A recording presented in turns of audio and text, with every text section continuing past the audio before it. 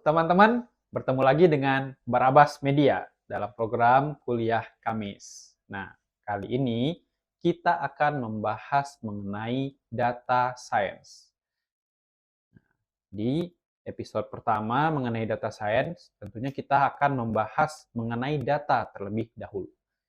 Kita tahu bahwa saat ini aktivitas kita, mulai dari pagi mungkin ya sampai malam, itu semuanya sudah mulai berhubungan dengan data. Ya, pagi kita udah membuka HP misalnya, kemudian siang ataupun di tempat kerja kita udah melihat yang namanya YouTube, ChatGPT dan lain sebagainya. Nah, dan semua itu tentunya sudah berhubungan atau memiliki basic yang namanya data.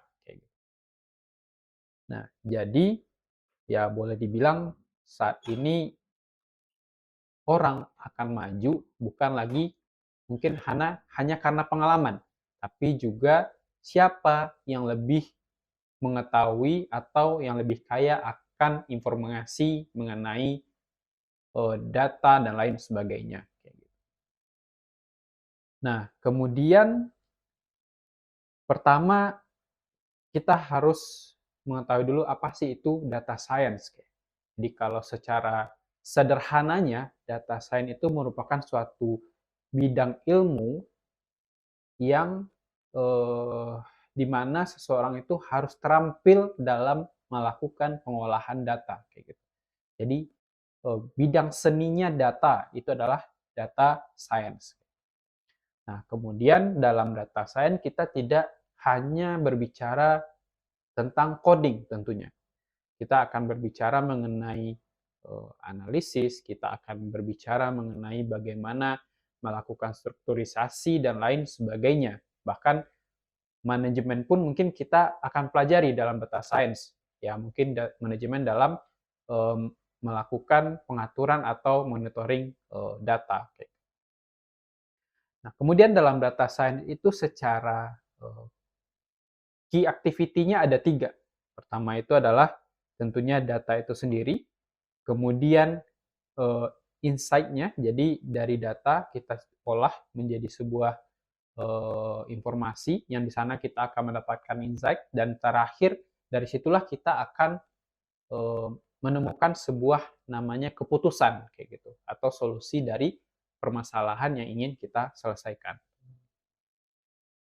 Nah, kemudian kenapa saat ini data science itu merupakan suatu hal yang sangat penting? Ya, yang pertama, kita tahu bahwa dunia sekarang ini sudah dikontrolling atau sudah digerakkan dengan yang namanya data. Apalagi semenjak maraknya yang namanya artificial intelligence atau AI. Semua orang menggunakan ChatGPT, Gemini dan sebagainya. Bahkan orang awam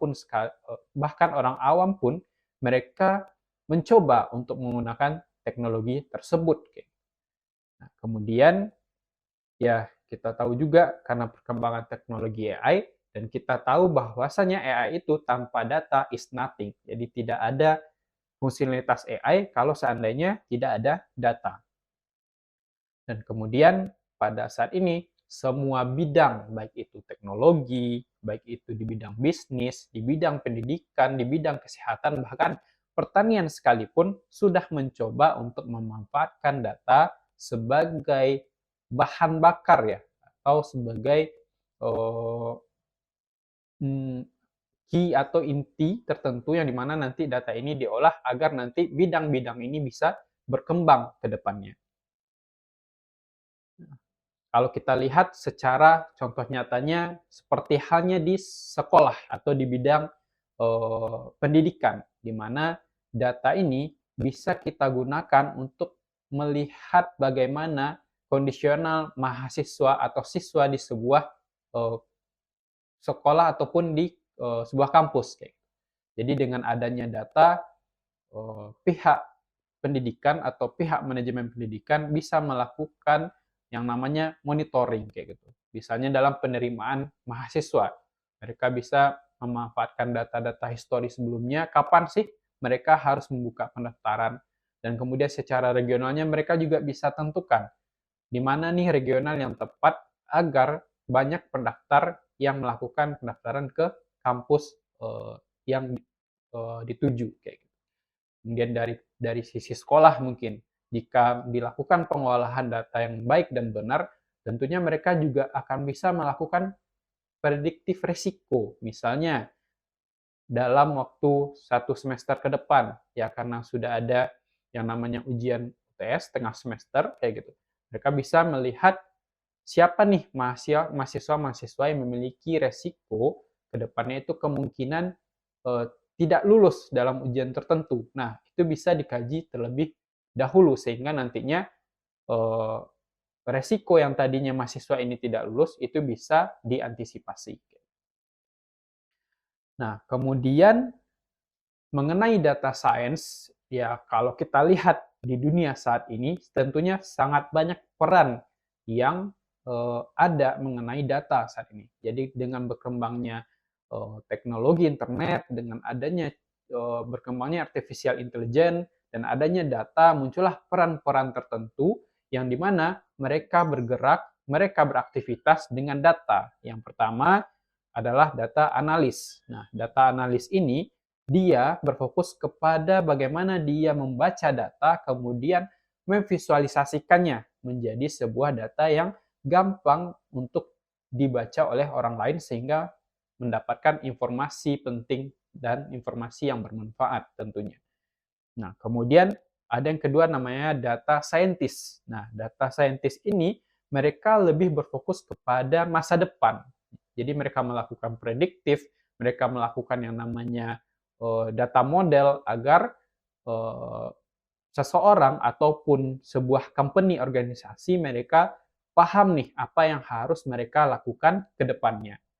Kemudian ada yang namanya data engineer. Nah, data engineer ini lebih kepada technically. Jadi mungkin kalau ranah codingnya itu ada di data science. Jadi data science ini bertugas dalam mengumpulkan data. Jadi bagaimana data itu mereka kumpulkan dan ready untuk dianalisis. Nah, itu adalah tugas dari seorang data engineer.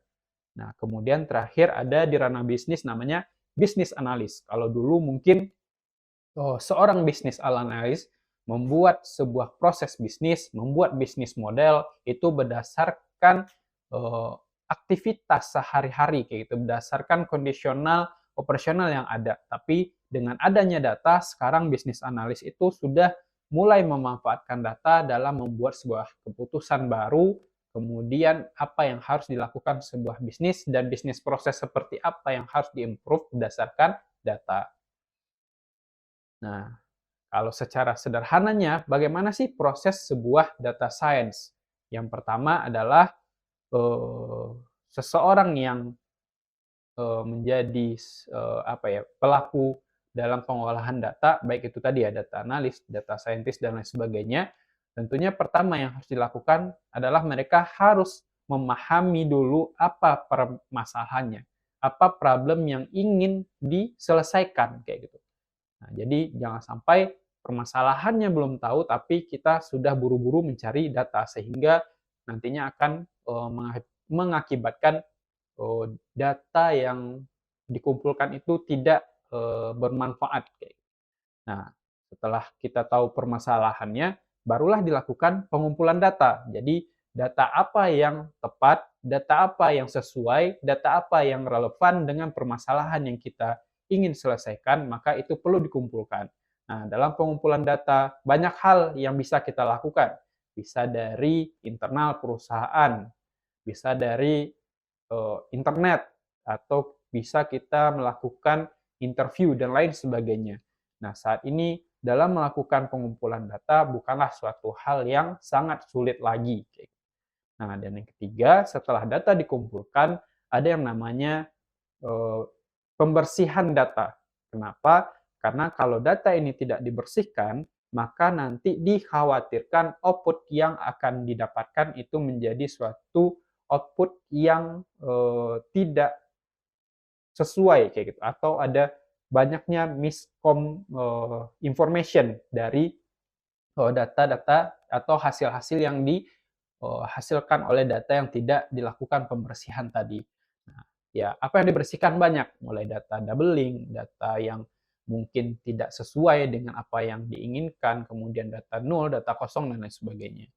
Nah, setelah itu barulah dilakukan analisis. Nah, di tahap analisis ini data diolah, kemudian dilakukan visualisasi agar orang yang awam atau stakeholder atau orang yang akan menerima visualisasi data ini nanti bisa secara langsung mendapatkan informasi dari visualisasi data yang kita berikan.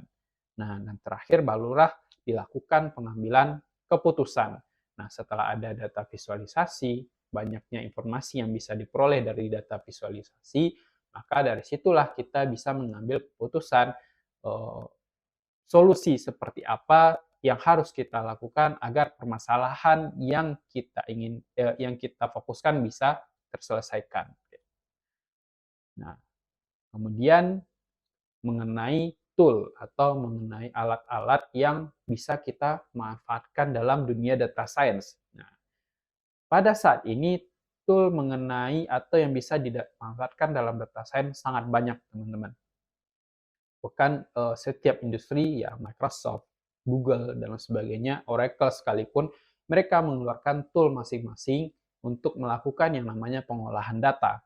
Nah, tapi secara gambaran besar, ya secara dasar kita bisa mungkin belajar mengenai yang namanya tool Excel atau spreadsheet di Google, kemudian ada SQL. Nah, SQL ini merupakan suatu basic bahasa ya dalam pengolahan data yang harus dipahami oleh seorang data science.